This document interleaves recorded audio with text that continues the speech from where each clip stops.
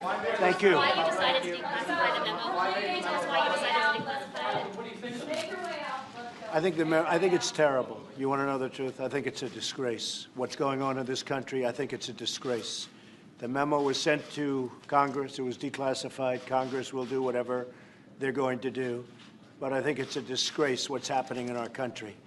And when you look at that, and you see that, and so many other things, what's going on, a lot of people should be ashamed of themselves, and much worse than that.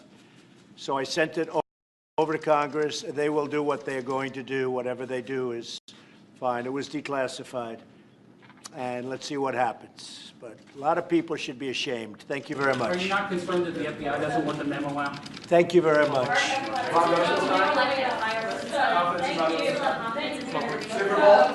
You figure that one out. And here's what we know now as a consequence of this memo. The Democratic Party paid money to the Perkins law firm. The Perkins law firm then hired Fusion GPS, Christopher Steele and Glenn Simpson, and they also hired Nellie Orr, the spouse of a senior Justice Department official, Bruce Orr.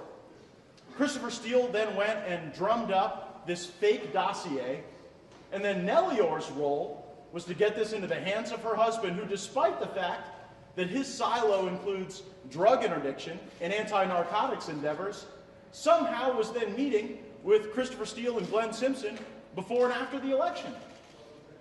So Nellie Orr gets the information from Fusion GPS.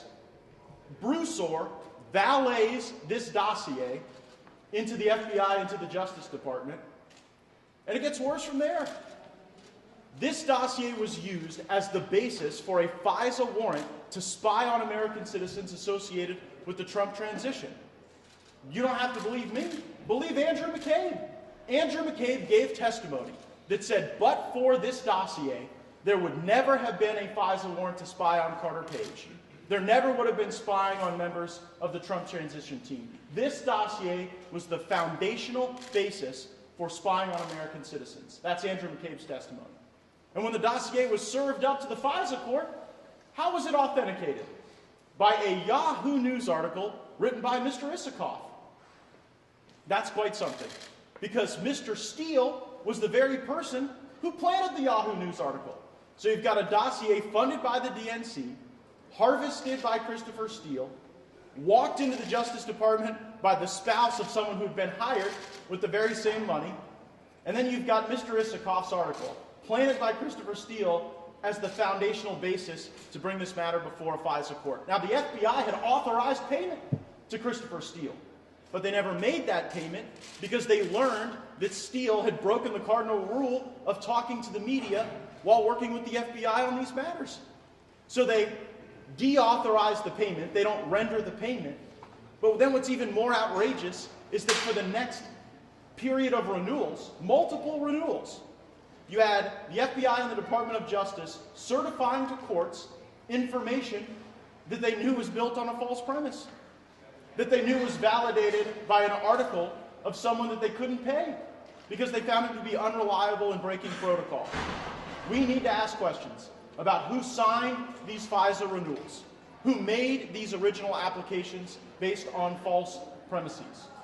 And to my knowledge, this is the first time in American history that the FBI and Justice Department have been weaponized through the actions of a political party, of the DNC paying the Perkins law firm to pay Christopher Steele and Nellie Orr to get this information converted from a political opposition research document into an intelligence document. That's why I'm outraged. That's why so many of my Republican colleagues are outraged. But we should use this moment not to pat ourselves on the back or to score political points, but to honestly ask the question about our intelligence protocols and about the extent to which the highest levels of our government are vulnerable to politicization and outside influence. This isn't good for Republicans, and it's not good for Democrats. It's not good for this administration or the last administration. And the best thing we can do is come together acknowledging how bad these facts are, taking remedial action to ensure that they don't hurt the country going forward, and then work together in a bipartisan way to try to establish reforms so that this type of horrible activity never happens again in the United States of America. That concludes my remarks. If anyone has questions, I'd be happy to answer them. Congressman, Sure. Well, why don't you first, then over here.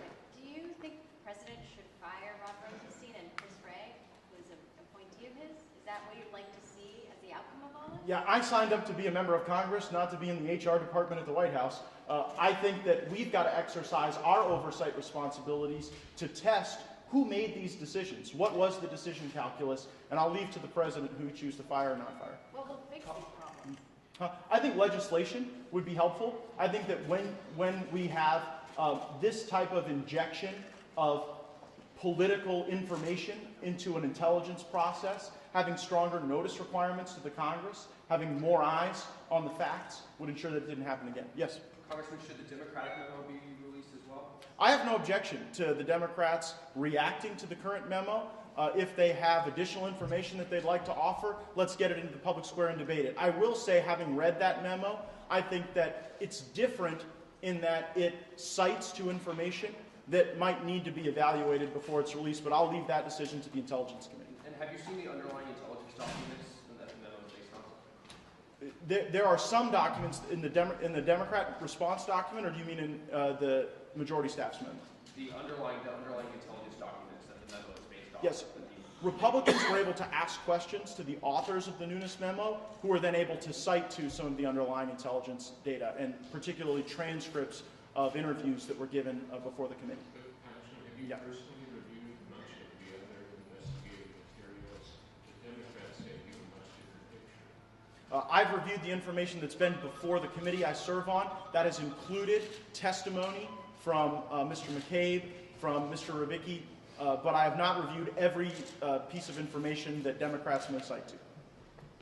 Do you think Rosenstein is capable of doing his job?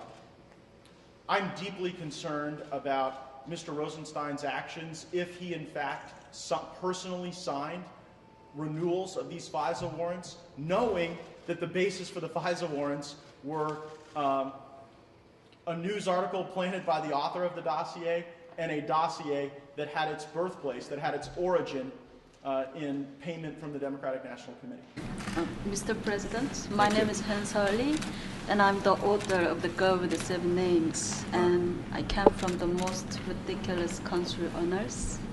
First, I want to thank you for that you said the U.S. will act alone on North Korea if China does not help. That made me cry, because that's exactly what I wanted to hear for so long from leaders like you. And I was presented your speech at the South Korea's National Assembly last November, and I really wanted to shout with joy because I was so moved. You put the spotlight on North Korean human rights issues in front of the entire South Korean National Assembly and refreshed the attention on these kind of issues. So I cannot thank you enough. Escaping from North Korea is not like leaving another country. It's more like leaving another universe.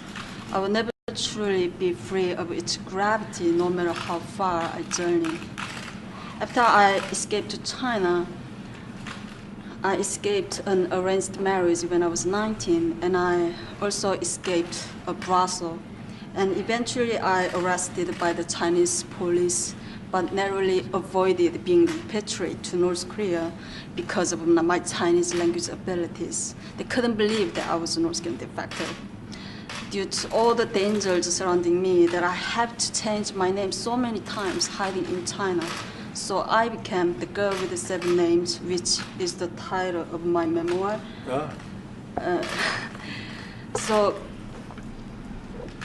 Because the Chinese government continued to repatriate North Korean defectors back to North Korea, where torture and imprisonment and the horrifying public executions are standard even today. So many North Korean defectors, even today, they are carrying poisons with them in case they are caught in China on their way to freedom to South Korea.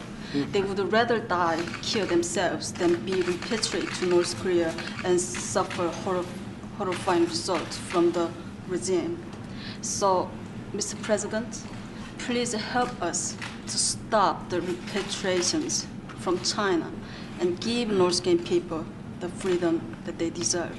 Thank you for your time. Thank you very President. much. Thank you very much. It's an amazing title of a book, too. Thank you. Okay. Thank you. 제목도 너무 Thank you for 감동적인 제목입니다. 감사합니다. Thank you.